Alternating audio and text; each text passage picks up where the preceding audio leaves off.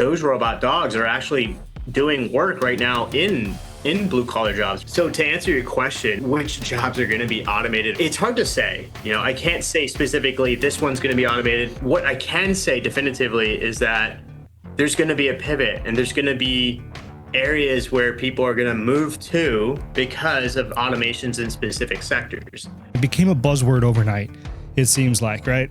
Ever since ChatGPT came out, it was like, boom, AI, it's right there in your face. What are we afraid of, Taj? I think some of the biggest fears in this space is automation, is job automation. I think that's a big one. What are we going to do with this information? How can we utilize this information? How can we take this and turn it into something powerful that we can use to predict, or that we can use to, help us grow and succeed? And that's been the missing piece, right? And something tells me that that's AI's specialty.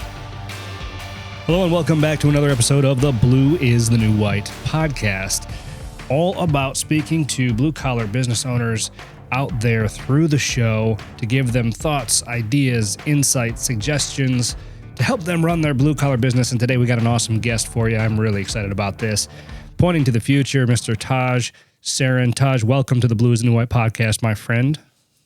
Hey, Josh. Thanks for having me. I really appreciate it. Yeah, man, I'm really excited to have this conversation. I've never had a conversation like this on the show before. After 162 guests, I know 163. It's hard to believe that we haven't talked about AI yet, and that's going to be a focal point around our conversation and how it can be best used in business and into the future to stay ahead of the curve, all that cool stuff. But before we get into that, let's get to know you a little bit, and if you wouldn't mind kind of telling our audience who you are, where you come from, and how you got to where you are today, man. Yeah, sure, Josh. Thank you. So my name's Taj, and I grew up in Philadelphia, actually. I was born in Canada, so I currently live in Ontario. And my parents moved with me to the States when I was 4 years old, so I didn't have much say on that matter. But I don't regret it. It was great. Growing up in outside of Philadelphia, I went to school there. Ever since 9/11 occurred, I kind of had this whole drive to join the military. At that time, I actually went to military boarding school for a year by choice. A lot of the kids that I met there were not there by choice, so that was an interesting experience. Out of curiosity, how old were you when 9/11 happened? I was about 10 years old. Yeah. Oh wow. Okay, so you were still young. You were. So yeah, I once read, and I don't mean to derail this. I'm going to do this a lot, so just get used to it. No, I love it. Great. But I once read that millennials can be separated into two categories, right? Those who saw 9/11 and those who don't, or actually, I'm sorry, those who remember 9/11 and those who don't. And I just thought it's really interesting because there's a lot of things that go into mindset and drive and all that kind of stuff. There's some studies around it. If you're bored one day, and you're into that kind of stuff, do a quick Google search on the differences between those who remember 9/11 and those who don't. Sorry, I didn't mean to derail. No, not at all. No, I agree. I think it's a very good point. Like how, it's so interesting because we're so siloed in my generations. Like, we were kids, right? So in school, it was a huge deal. I remember coming home and being rushed home, right, from school, and everything just stopped, and it just felt like you were in a movie or something. Yeah. Or hearing that, it was pretty wild. But yeah, it really kicked off. Like after that happened, there's a huge drive with military recruitment, obviously, and that was a huge factor for me. And everyone was very patriotic back then. I'm not sure if there's the same feelings now, but it was definitely a different time back then. Needless to say, I went through the military boarding school at Carson Long Military Institute I think it's outside of Harrisburg, Pennsylvania. From there, my parents missed me so much that they wanted me to come back home. So I went to a private Catholic school in Delaware. I graduated from there, went to Embry-Riddle Aeronautical University in Daytona Beach, Florida. It was quite the time being right on the beach and not getting any schoolwork done, of course. So, but it was a good experience. I was in the Air Force ROTC there. Detachment 157 is the largest Air Force ROTC detachment in the entire country. Highly competitive. It was awesome. I had aspirations to join their the STO program, which is Special Tactics Officer for the Air Force Special Operations. I think they only select like 4 every year out of the entire country. It was pretty ambitious. Needless to say, I wasn't a U.S. citizen at the time, so in order to qualify for security clearances, I had to get my U.S. citizenship, and as a Canadian citizen, it was a very hard time after 9/11 to even do any of that. And everything changed. And I recall very well how the immigration on my family's side kind of just they just pretty much started everything over from scratch. So I essentially I ended up enlisting in the U.S. Army. I had friends that worked in the Department of Defense, and were able to actually tell me, like, hey, if you enlist now, we'll give you your U.S. citizenship within 3 months, pretty much, essentially. And they had a program called the GRAP program, I believe, and they were able to recruit people. So then I did that. I became an engineer, a horizontal engineer. So I actually operated heavy equipment, high axes, BHLs, scrapers, loaders. It was quite the experience, and I was able to get my U.S. citizenship relatively quickly, as promised. um, yeah, and I was able to move around there, and I went back to school as well at Westchester University, outside of Westchester in Pennsylvania, and I studied geoscience and astronomy. Uh, I was quite the nerd, and it was great because I was able to Hence your background, right? Yeah. Yes. The space background, the Orion trapezium star cluster in the background here. There you go. It's actually the region that I did research on in college. So I was part of a NASA-funded space grant with the Harvard-Smithsonian Center of Astrophysics. That's a mouthful, but but yeah, I was probably the most excited college kid on campus when I was doing this stuff. And it's just so cool looking at this data, and that was my first experience as a data analyst, and taking a look at data from this telescope that's like so far away from Earth, and it's in orbit, and it's taking pictures of stars that are hundreds of light years away, large Type O mass stars that are about 100 times the size of our sun. It's just so fascinating to me, and that was my first kind of experience within data analytics. From there, I started applying for jobs because college and university are not cheap, and they're probably more expensive nowadays. I wouldn't have thought that. Yeah, right. It's pretty. I have my own feelings about that, and the first year in college, I think at university, I think I'll share, it was like it was an easy $50,000. I mean, at Embry-Riddle, and that was just insane. Yeah, fair enough. I squandered most of it away with partying and blah, blah, blah. I have my own things there, but it was just not. It was definitely not something that I would do again. Meaning, I wouldn't probably go back to college especially where I am now in my career. I think a lot of our listeners probably share that same philosophy. Sure. We've talked about that quite a bit on the show, but. Anyway, I mean, we could make the whole show about that, but I'll let you keep going.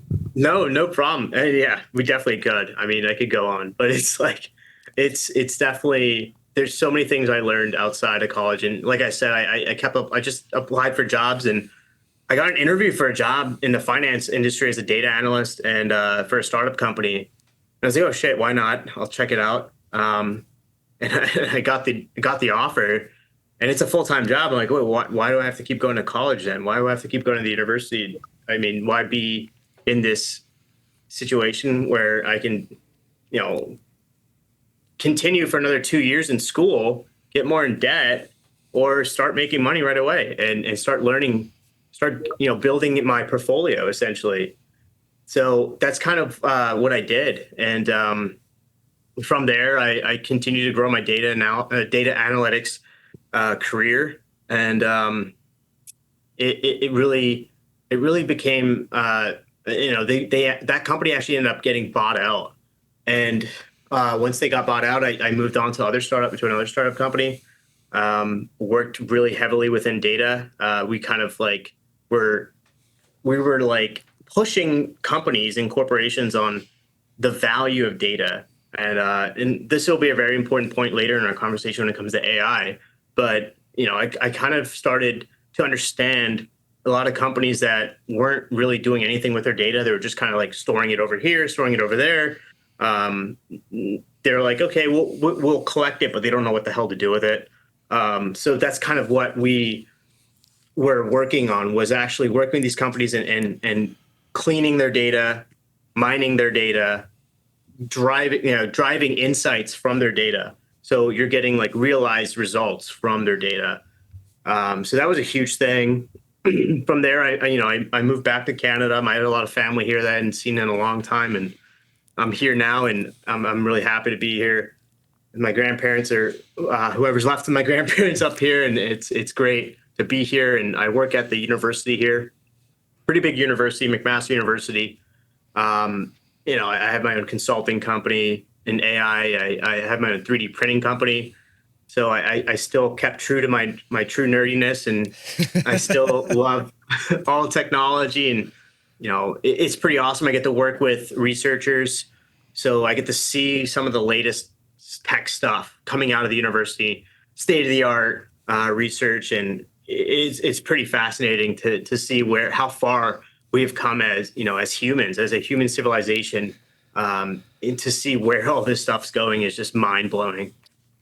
No, it really is. And I know that you and I have had some conversations surrounding that, and to put your mind at ease, your nerdiness is why we're talking today. So, and I'm thankful for it, man. And it sounds really, I think I told you this on our call, right? You sound passionate about what you do, about the AI, about the 3D printing, and about the data. And I mean, just about, all the kind of stuff that you've chosen to, dive into and surround yourself with.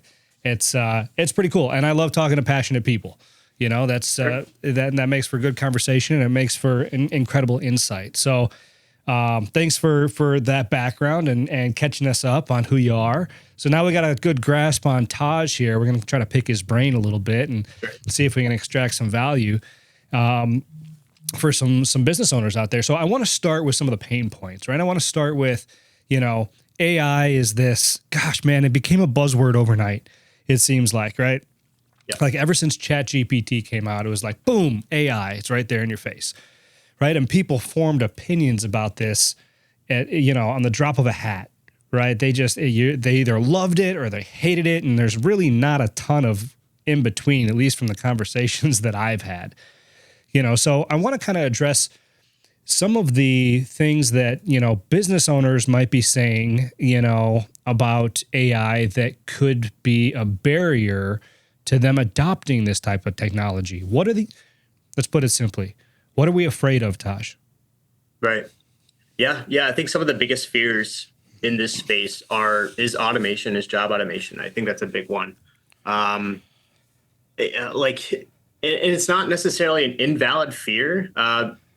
It's a valid fear. I mean, there's been a lot of development in that space, but what's important to understand is that these tools that are being developed right now are really there to be another tool, essentially, in the tool belt. So, all right. So specifically in this industry of the blue collar workers, and especially within factories and heavy equipment operation and skilled trades and things of that nature, these types of technologies are going to be leveraged to make those jobs easier, more safe, and highly efficient.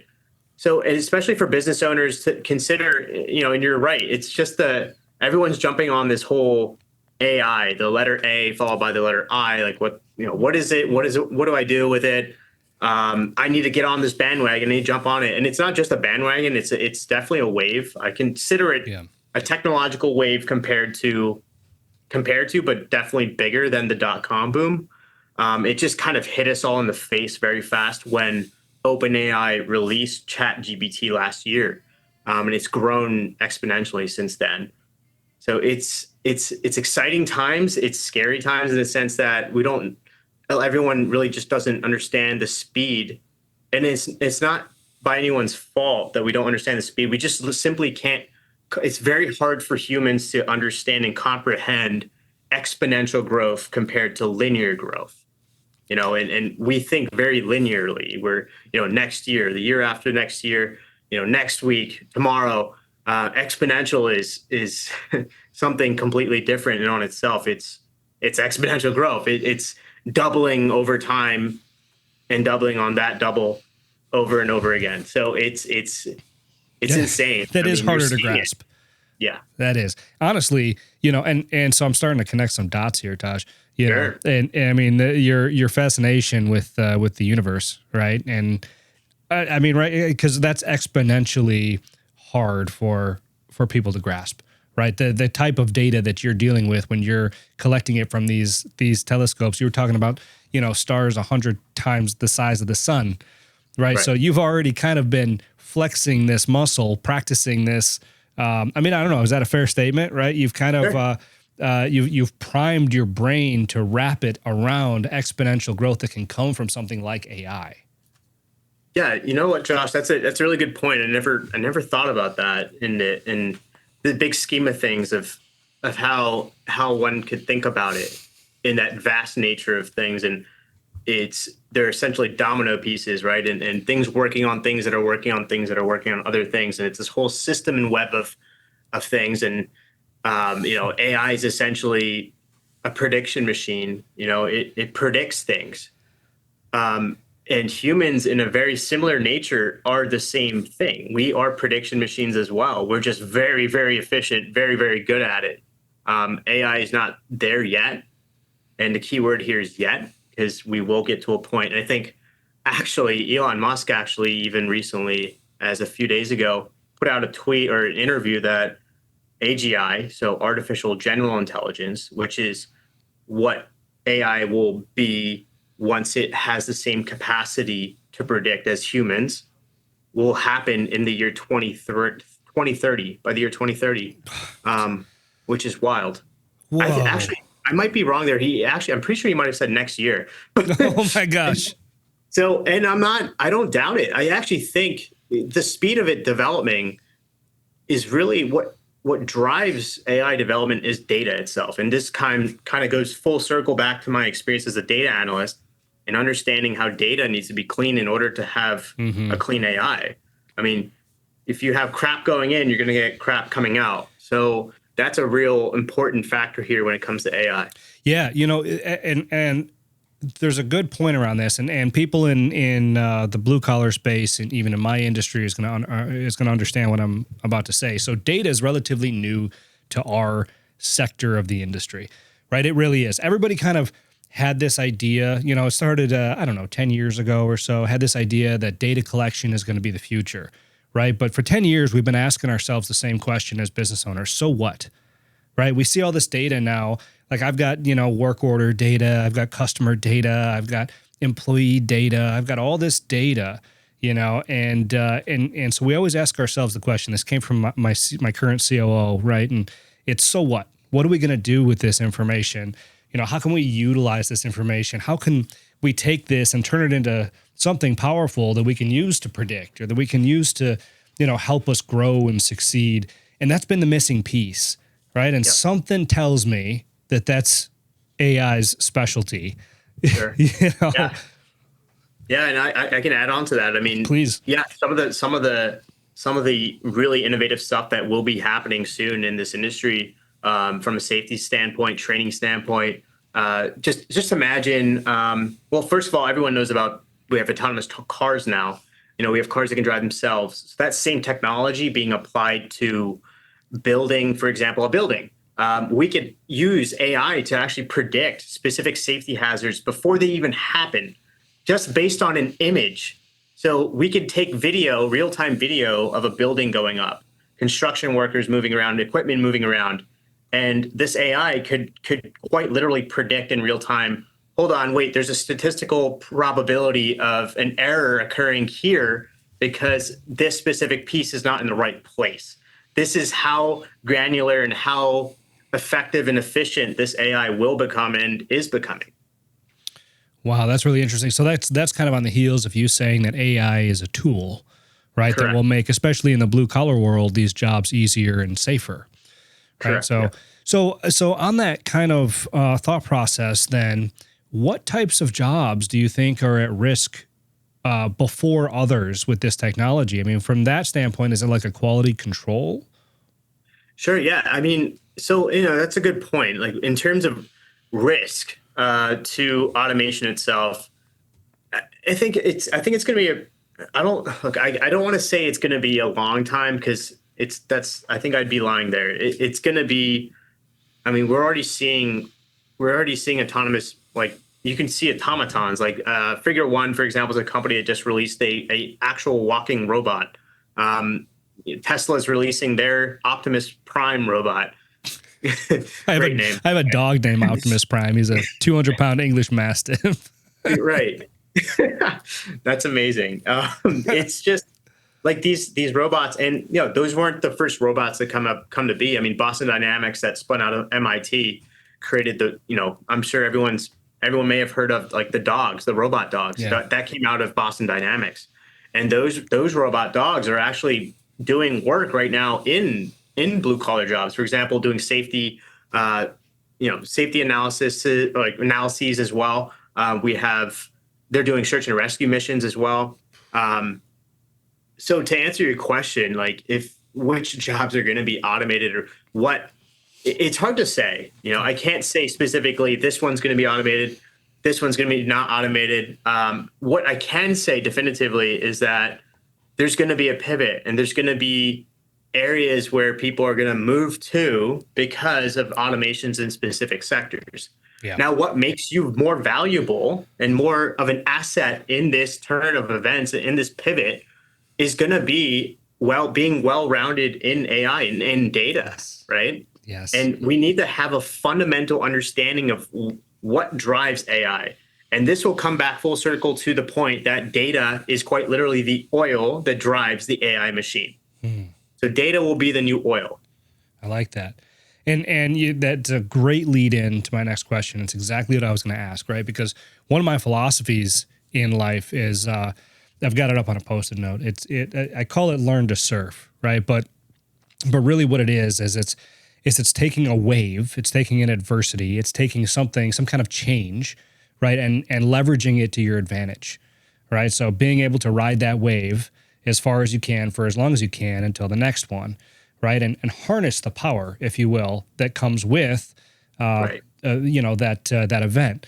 So how can we harness the power of AI? And let's think small business, blue collar business owners who are maybe just dipping their toe into technology and data and using this kind of stuff. How can they effectively begin to leverage AI to help them in their business or their employees or their Sure. customers? Sure. Yeah. I mean, yeah, I'll answer that directly. I mean, I'm sure a lot of these business owners will already have reporting mechanisms in place, right? CRMs or relationship management tools. All that stuff generates data, right? All those things are going to be very critical to any AI tool that you implement. It's going to use that data and run predictive analysis on it. So you'll be able to literally see for example, wherever you're located, you could even take your location, and based on that market trend, it'll be able to tell you, okay, this area over here could have more potential work for you, right? Could have more potential customers for you. Or this is where, and the more data you add to it, the smarter it gets. So what I would encourage is to so for example, Amazon has some free courses already online that you can sign up for. There's free courses on my go-to source of information and learning a new skill is YouTube, to be honest. Yeah. I mean, there's free content everywhere. Yeah. And a lot of people, look, I'm not knocking the whole build your own course, sell the courses. Sure. And people will do that. People will pay for that. But I will never I'll always be a proponent of finding free information. I mean, Yeah. like the old school method of going to the library still stands true to the equivalent of going on the internet and finding information for free, right? Yeah. It's the same concept. It's just a different time, right? And I think to your point about the wave, and how we need to, humans are very good at adapting and pivoting and changing our nature. That being said, there's always a fear of change, and people are just afraid to change as well. I think, and this kind of comes from the military training too, is that we're trained to adapt and overcome to any situation that we're put in. And having that mindset, I think, is very important when it comes to these types of big changes, and understanding like, okay, let me experiment, let me dip my toes over here, let me see how this works, and not completely rejecting it, on its face. And there are going to be people that do that. Yeah. And they might be the ones that miss out on something, and maybe so, or maybe not. I mean, we still have, I still find business owners that, don't even have a website or working website, and they're just comfortable where they are. But that's the thing, they're comfortable. There's no drive to grow from there. They're comfortable where they are. They've established a relationship, and, they're just comfortable. That's a good point. I'm glad you brought that up, right? Because it's not usually the ones that are all about and looking for growth that are the ones that are resisting this type of technology, right? It's usually the ones that are kind of comfortable or set in their ways, or they don't have a desire to grow their business or get more. They're status quo. So, the urge is to resist. Now, I think there's some push and pull. We're in this kind of generational shift in the blue collar world, where these businesses are being passed down from one generation to another, right? And so we're seeing this kind of push and pull where the next generation wants to grow these businesses, but maybe that previous generation doesn't, So there's a little bit of a conflict there, which I think can be healthy. But oftentimes I hear a lot about the risk in providing the data. So, and this is a mindset thing, right? I mean, listen, you get on your phone and you sign 1 billion different agreements that you never read to release all the data on your phone to a ton of different people, and no one ever says anything. But as soon as you mention AI, they're like, they're going to steal my data.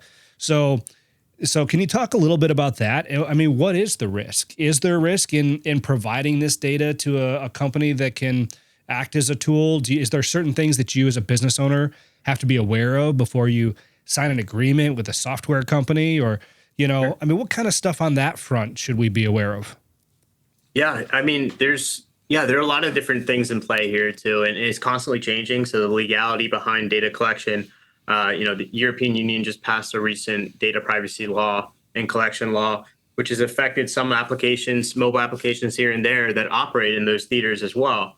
So I think it's important. And look, it might seem daunting to learn about this stuff and figure it out. But like I said, that Google is just a step away, or even ChatGPT. You could ask ChatGPT. Ask the AI about the AI. Okay. Honestly, yeah, I've done that too. And that's actually called AI stacking. So when you actually use AI to help build another AI, to help build another AI, to help build another.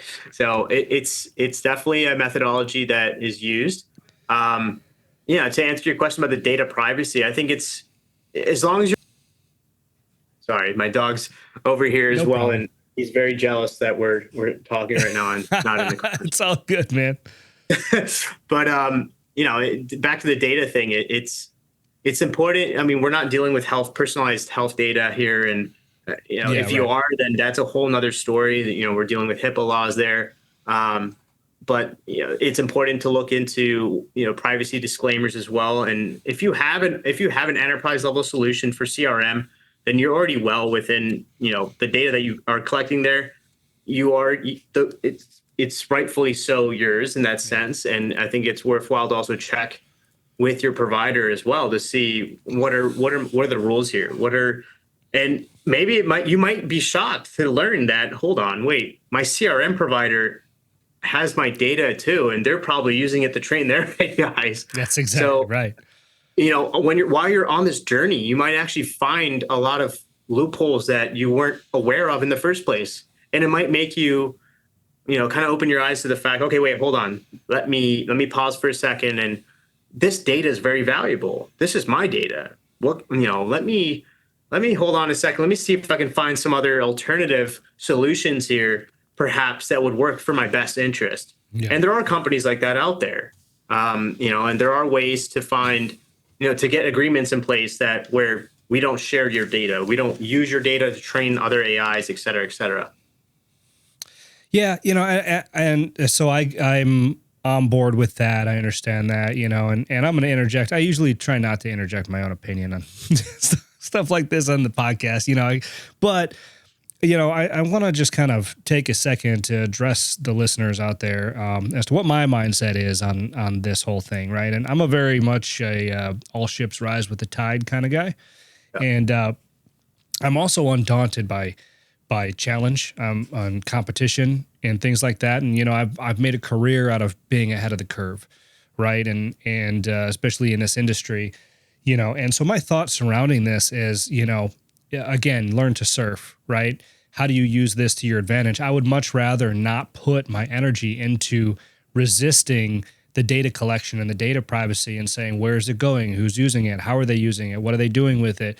All of that. I would rather put my energy into how can this help me today and get me to where I want to be? Like, let's keep it here, right? And use that to really grow our business. And then, we can have that conversation later. So, I just wanted to, for whatever it's worth, anybody who was wondering out there, what my opinion on the matter was, that's it. Do what you need to do today to stay ahead of the curve and be in business tomorrow and win. Just focus on winning. That's all. All right. So I had another question for you. I think that maybe AI can kind of go into this aspect as well. You said you were a financial analyst for a startup. Is that what you had said? Yes. So I was a data analyst for a financial startup company. Okay. So data analyst for financial startup company. Okay, correct. Cool. So I want to kind of get your opinion on the finance side of AI. How can, when we think of blue collar businesses, this is kind of an overarching thing. How can it help all businesses? But what can AI do from a financial aspect, do you think, that could help us? Is there any way that an AI could take on the form of a CEO or CFO or like bookkeeper? Like what does that look like? Oh yeah, 100%. I mean, you can already see companies like QuickBooks experimenting with these things, leveraging AI. So leveraging specifically a large language model to output, essentially provide recommendations. They're not necessarily decisions here yet. So I think that's the key word here. And we want to be careful with this AI, and we're providing recommendations and not necessarily financial advice, right? And that's a very important thing here. But specifically, we can use AI that has access to a variety of different market resources online, and then your books to really determine market demand, supply demand, peak seasons, and we can actually then create reports, or the AI could create a report saying this day would be the best time to buy these supplies for your specific project, because after this day, statistically, these parts for this project will actually go up. So if you buy it this day and you have a project completion date of this day, statistically, you'll save a significant amount more money on this project. That's insane. See, that's the kind of perspective that, like, I didn't think about it from that angle. And and I don't know that how many of my listeners did either. That's fantastic. And that's just one small example of the exponential capacity that this AI has. So, all right. So the next question is, listen, we're talking, a lot of it can do this and it can do that, and I'm wondering how we get our hands on it, right? Is it, are we asking Chat GPT this stuff? Are we waiting for somebody to come out with a tailored specific solution for the finance piece or the building piece, the safety piece? How can we as business owners leverage this stuff today? What can we do today to get our hands on this and start actually using it, playing with it, testing it? Yeah, 100%. Yeah. And look, ChatGPT is a great place to start kind of getting your feet wet on what, to really learning about the capabilities of a natural language learning model from a textual based system. And it does do a lot of analytics as well. So you could actually leverage ChatGPT to do a lot of your work and already increase your efficiencies for your work tasks. So I definitely encourage starting there, to kind of familiarize yourself with what the base level is capable of, right? And in terms of custom tailored solutions, there are companies out there. My consulting company does offer that type of work as well. Is it necessarily cheap and effective? Or sorry, it is effective, but is it necessarily cheap? not not necessarily so. And it depends, right? It all depends on what data you have, Yeah. the state of your data. Is it clean? Is it dirty? Do we have to clean it? There's things of that nature that you have to figure out. But we do end-to-end deployments, so we can do chatbots on your website. So, for example, if your business deals with a lot of customer relations, and there's a lot of questions that you're getting via email, and it's taking up too much time. You have to hire someone to do that, or you have to get a call center to do a lot of different things in that nature. We've specifically built bots to completely automate those sectors in that sense, that we can train a bot on all the different content on your website, and you can continually to add more information to it. Whereas someone can just go on, ask it a question like it's talking to a human being, and it'll act like it's a human being. And it'll provide you information like you're actually talking to a person. Let me ask you a question on that. Sure. If you have, so let's say you've got your internal documents, like we use I don't know if you've ever heard of Trainual, right? But we use it's kind of like a learning management system, but it leverages AI and stuff like that. But it's a where we store all of our systems, processes, procedures, people, stuff like that. So anybody can have this information within the company at their fingertips, right? I mean, would a company be able to connect something like that on the back end to the front end? So as they're asking this bot or this chat, this chat feature about the business, that it pulls not only from the website, but it also pulls from like the internal documents within. Yep. Wow, that is cool. It's a great question. Yeah. So great point. So I think the key word to look for here is if there is an API key, if there's an API for that specific platform, letters A, P, and I. If there is an API for it, yes, it can be done. And what an API does is it's an application protocol that allows an interface to be connected to an AI. For example, OpenAI has its own API as well. So the two platforms will talk to each other and exchange data. Got it. Okay. Very cool. Well, that's really interesting. All right. So, man, I could talk to you about this all day, but I want this to be digestible for my listeners. So we're rounding the corner on the end here. I do have one more question that I like to ask everybody on the show. Excuse me. This is relatively new, so I don't even know if any of the episodes I've shared recently have had this question at the end. But now that we're talking to, speaking to blue collar business owners out there, I'm curious from your standpoint, if there was one thing that you could recommend that somebody implement into their business today to see the most results from your perspective, your profession, whatever, what would that one thing be that they can implement today to ensure growth in their business? Sure. Yeah, I think it would be an AI-driven customer relationship management tool. And I think I talked very briefly about this, but what that would do essentially is shorten the pipeline of work that would be done to get new clients, right? To get new customers, essentially. It's a tool that would help predict where it would be best to kind of focus your efforts. And when you do something like that, you're spending less time to get more bang for your buck, essentially. And you're going to see some real cost savings there and potential growth in that space. So if you are a web-based, not necessarily a web-based business or web-based service, but if you have a website, if most of your business comes from calling people, cold calls, sending emails, all that stuff could be automated with an AI CRM-driven tool. That's pretty wild, man. That's cool to think about. Thank you for that. I appreciate it. Sure. And if people want to learn more, how can you help? Where can they find you? Sure. Yeah, absolutely. So my website is tempustinnovation.com. And I have a 3D printing company as well. So we do 3D printing.